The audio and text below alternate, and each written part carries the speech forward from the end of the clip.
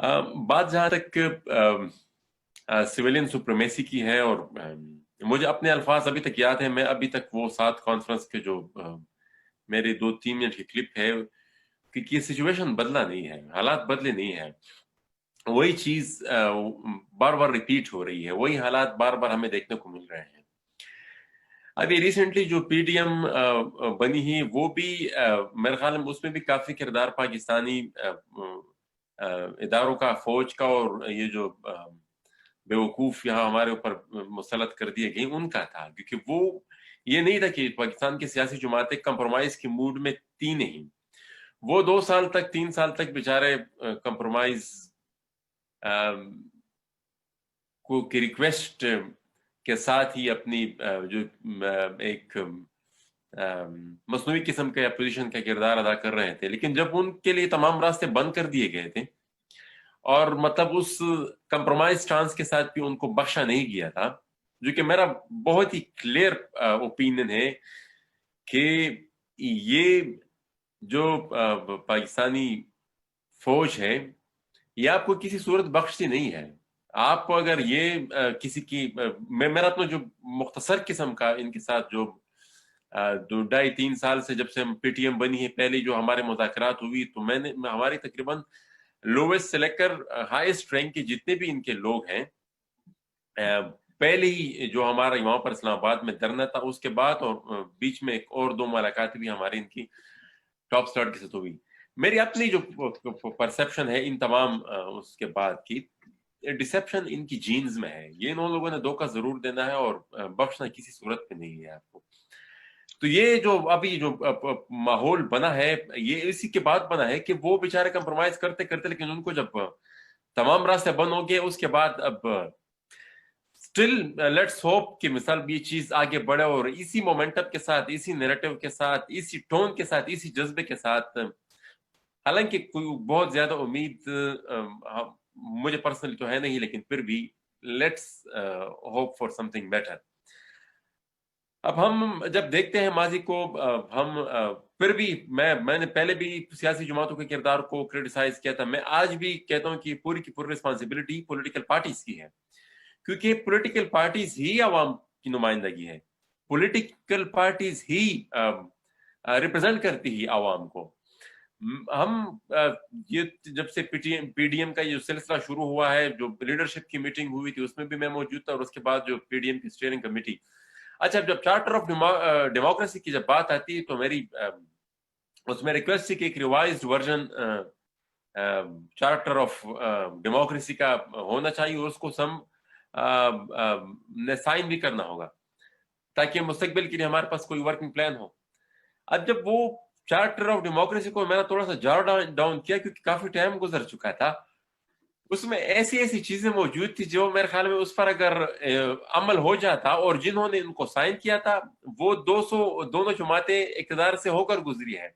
नवाज शरीफ के साथ तो खैर काफी ओवरवेलमिंग मेजोरिटी थी, पीपल पार्टी के साथ भी अच्छी खासी वो थी, मेजोरिटी थी, लेकिन उन उन दोनों उन काफी शिकों को और उन काफी क्लॉजेस को उन्होंने टच भी नहीं किया। मसलन चार्टर ऑफ डेमोक्रेसी में ये भी था कि भाई हम एमआई को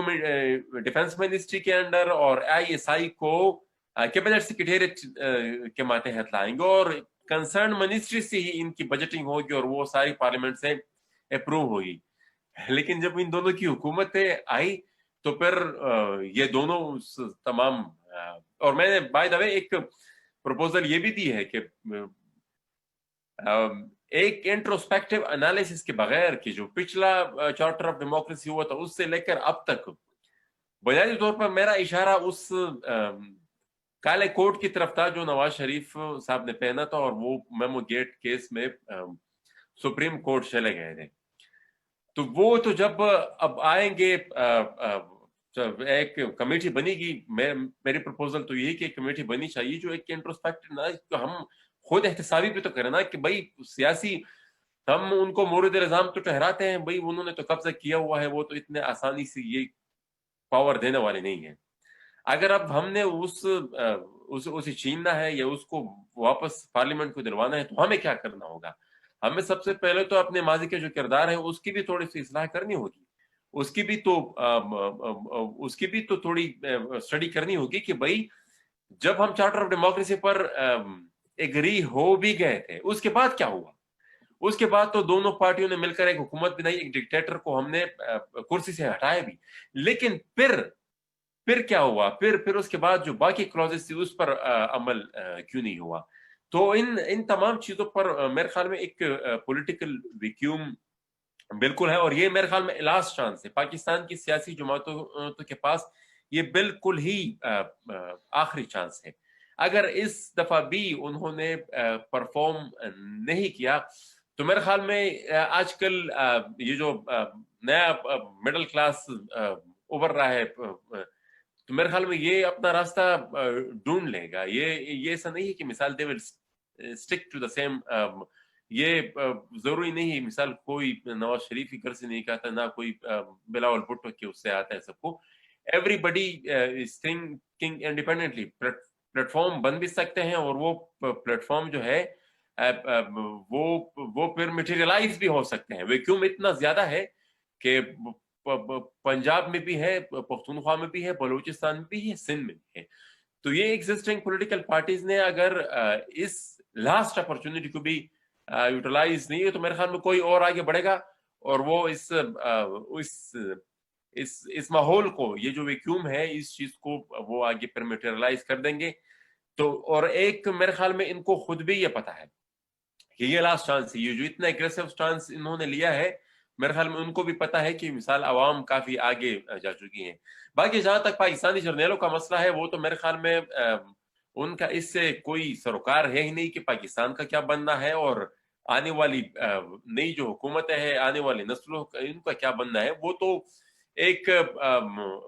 जिस तरह की अब एक नई इस्तिलाह निकली है कि भाई स्टेट अबाउट स्टेट बन चुकी है, तो उन्होंने तो अपना एक अलग से इतना फाइनेंशियल बड़ा एम्पायर खड़ा कर दिया है कि उनकी अपनी रेवेन्यू जनरेशन हुकूमत से भी लेते हैं, अपनी भी पता नहीं 50-60 तक बिजनेस एंटरप्राइजेस यहीं पर चला रहे हैं। और इन जर्नल को मेरे ख्याल में शायद in the back of their mind उनको ये चीज उनके जहन में है कि भाई ये मुल्क चलने वाला नहीं है, इसलिए जितना इसको अपनी बारी में लूट सकते हो, जितना कुछ समेट सकते हो। आप देख लेना पिछले 4 जनरल्स है कौन पाकिस्तान में है। राहिल शरीफ यहाँ पर है, परवेज मुशर्रफ यहाँ पर है, ये कयानी यहाँ पर है, या एक और दूसरा परवेज मुशर्रफ से वो जो अभी अमेरिका में है, क्या नाम है, मुझे नाम हाँ, वो मतलब ये सारे कोई किसी टैंक में चला, किसी ने कहीं पर जजीरा खरीद लिया किसी को। तो वो इनका कोई इंटरेस्ट नहीं कि भाई इस मुल्क के साथ हमें क्या लेना देना है। तो वो मेरे ख्याल में ना ही उनका कोई वो है, वो बस सिर्फ इसी मकसद के साथ कि भाई हमने